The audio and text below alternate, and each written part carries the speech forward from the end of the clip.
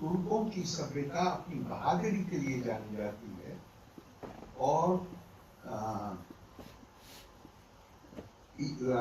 Roman सभ्यता अपनी सुंदरता और महिलाओं के प्रति उदारता के लिए जानी जाती है। और फिर वो पांचवी सभ्यता को कहते हैं, दुनिया में भारत अकेली सभ्यता है जो ज्ञान विज्ञान के संवर्धन के लिए जानी जाती है।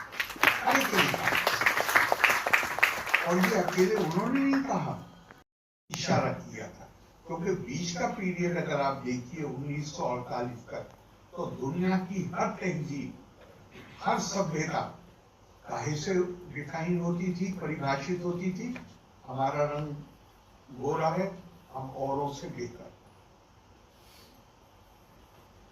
मानव समता की कल्पना ही नहीं थी सभ्यताओं को परिभाषित करने में। हम इस भाषा के बोलने वाले हैं, हम दूसरी भाषा बोलने वालों से हम सुपीरियर हैं, हम बेहतर।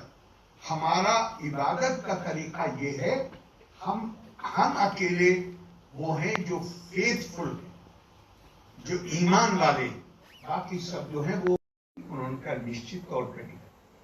अगर आपके ज्यादा आप साधन संपन्न हैं, आपके पास ताकत है, तो आप अपनी खुशी के लिए दूसरों को दुखी करें तो आपको कौन रोकेगा?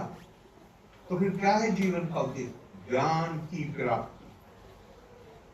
जीवन का उद्देश्य कपा स्वाध्याय निरीक्षण, जीवन का उद्देश्य ज्ञान की प्राप्ति। ज्ञान का मकसद क्या है?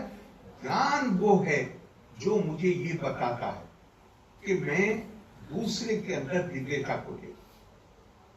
इसीलिए हमारे यहाँ जब आप कॉलेज में अभी आए हैं, अब इसके बाद यूनिवर्सिटी जाएंगे, तो हमारी परंपरा में कहा गया तद द्वितीय जन्म, एक जन्म होता है माँ बाप से और दूसरा जन्म होता है जो आध्यात्मिक जन्म, वो शिक्षा से, ज्ञान से वो आता है। तो जब आप बच्चे पैदा होते हैं, आज सुबह भी कहीं कह रहा था कि बच्चे का जो उसके सारा प्यार, उसका लगाव, हर चीज माँ के लिए होता है।